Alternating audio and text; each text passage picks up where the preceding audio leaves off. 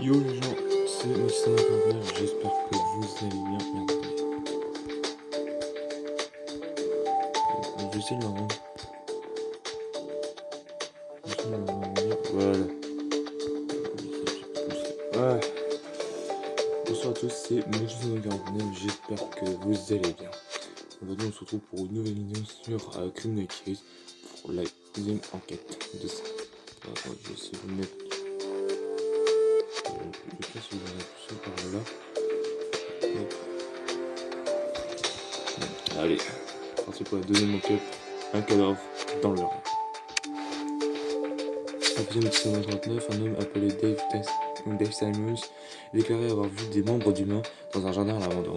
Okay. Enquêter et tirer cette affaire au clair le plus rapidement possible.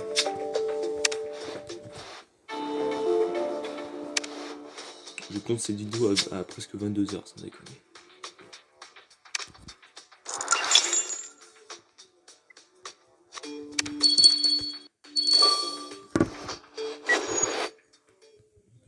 Ouais.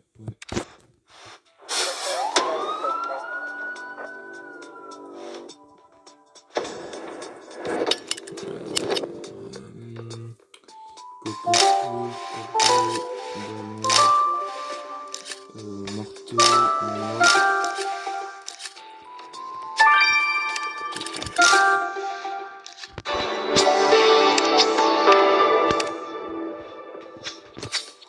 hop. Je m'appelle Dave Simons, j'ai appelé la police dès que j'ai vu la main dans le jardin.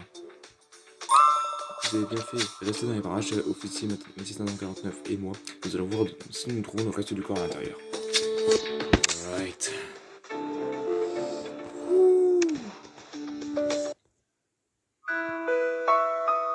Bizarre qu'il y ait des pubs, parce que il y a des pubs, hein, putain.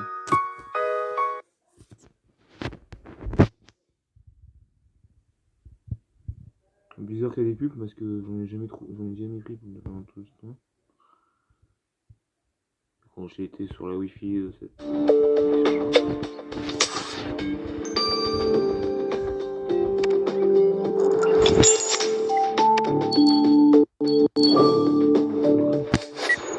Ah putain.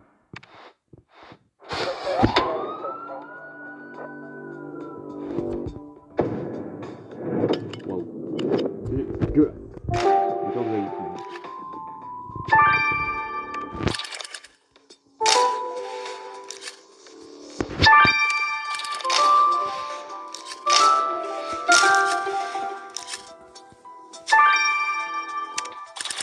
Et quoi on est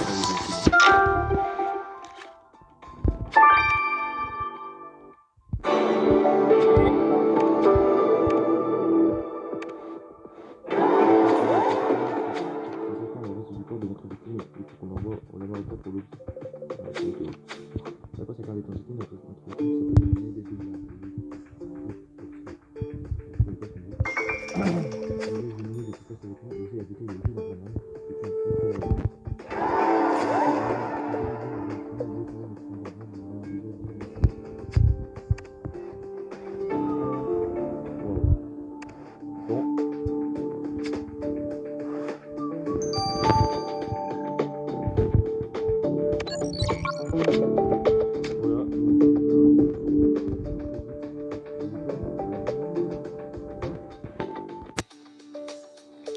Yo tout le monde, c'est Mathis 49, j'espère que vous allez bien. On se retrouve pour la suite de cette deuxième enquête. Je baisse les ondes parce que vous puissiez m'entendre à chaque fois. Du coup, on est reparti sur le second, la suite de tout ça. Donc je suis chercher plusieurs étoiles pour essayer d'améliorer un peu tout ça. Attendez. Content de te revoir Mathis 49. Je n'ai pas y aller vers 4 chemins. La main a été retrouvée dans le jardin. Encore retrouvée dans les baignoires. À part ça, j'ai qu'une certitude. Seul un homme est particulier de vigorer à ça. Il pourrait plus se débarrasser de ce corps et le découpant avec la scie.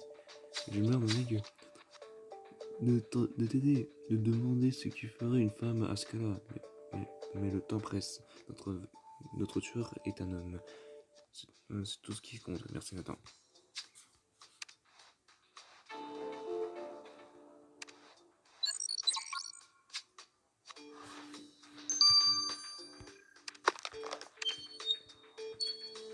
On va pas examiner.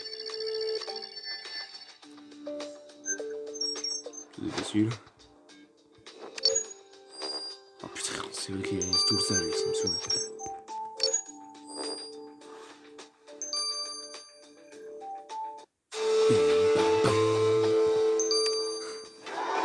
La vente de ce produit chimique inflammable est circulée règlement maintenant compte à le corps par complément.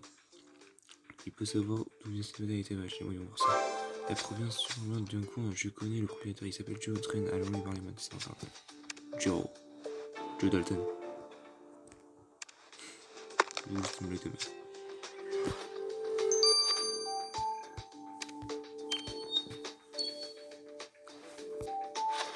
Faut que je rechier, c'est chiant.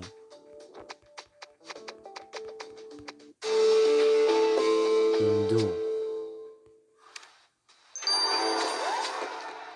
J'ai fait du bon boulot en fouillant les vêtements de la victime en jugeant Matisse 49. Je suis sûr que cette dent en or va nous aider à avancer. Il faudra mieux envoyer cette dent au laboratoire pour analyser. Ou au laboratoire, comme vous voulez, vous utilisez. Oh, 2 minutes, ça va aller vite. Hein.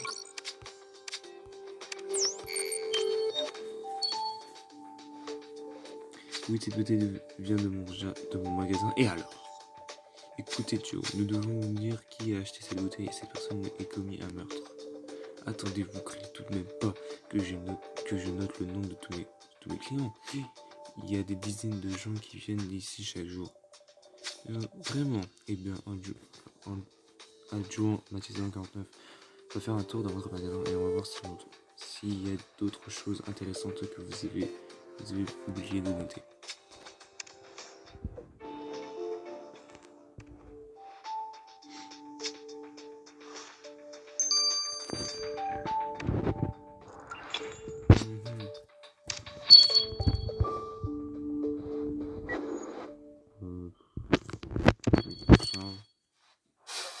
Pas dramatique non plus. Putain. Ok. Cigarette, touche, et sa poubelle. La feuille est dans le sac. Ah dommage. Parce que je vais arrêter quand même. Tu avais te rendre compte que les choses suspectes finissent toujours dans la poubelle, à la poubelle, la Matisse 49. Je t'en ai une dans sa poubelle. Oh merde.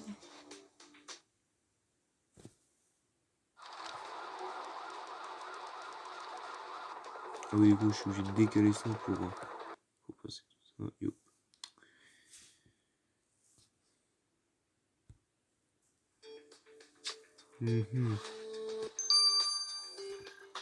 Dans 5 secondes, on passe dedans. Oh putain.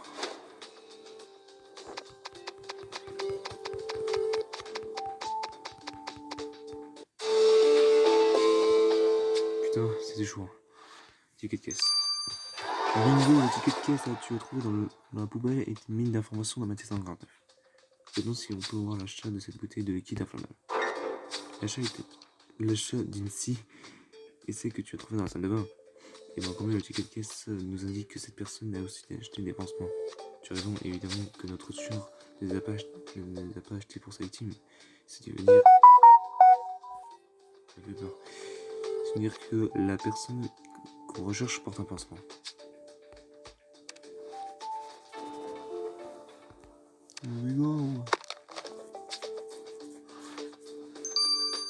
Ok. Enchanté, un jour, Matisse 49, je suis Grace. Je sais pas comment on a dit ça. La responsable de ce laboratoire. C'est moi qui me charge de toutes les analyses médiocres légales. C'est cette dent que tu as trouvée dans les vêtements de la victime et il s'avère qu'elle correspond aux morsures relevées sur la bouteille que tu as ramassée en même endroit. Le tueur a dû essayer d'ouvrir le bouchon avec ses dents et il en a perdu une dans la bataille. Soit que ce bouchon est extrêmement solide, soit notre tueur a les dents fragiles. Dans tous les cas, un joueur en 1949, nous recherchons quelqu'un qui manque une dent, qui est une personne qui a perdu une dent. Mais oui, tu as raison, 1949, Simons a un dent en moins. Grâce à toi, ce témoin est devenu suspect. Très suspect, oui, parce qu'il a un pansement, il est un homme et il a perdu une dent. Donc,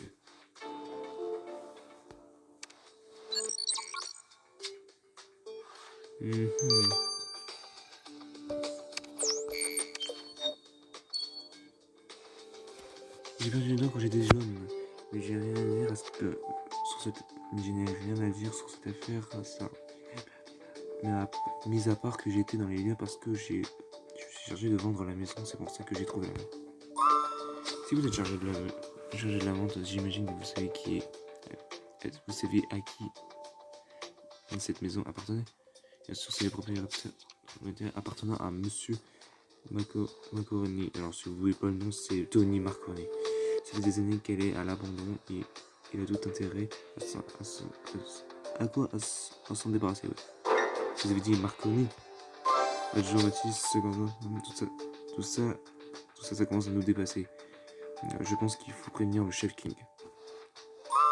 Vous êtes en train de me dire que Tony Marconi trempe dans cette enquête criminelle? Bah oui. Jean-Baptiste Tony Marconi est un gangster impliqué dans toutes les affaires louches. Nous n'avons encore jamais pu l'incriminer. Mais si Marconi est impliqué dans ce meurtre, c'est peut-être l'occasion de le mettre derrière les barreaux. Interrogeons-le tout de suite. Monsieur Tony. Donc ça se voit, je vous directement, c'est pas lui parce que il avait une dent au moment. On voit ses dents, on voit sa bouche fermée. Comme ça. Le patron de famille. Le jour où tu t'en entends, je voudrais savoir si vous avez déjà entendu parler d'un certain Ned Dyer.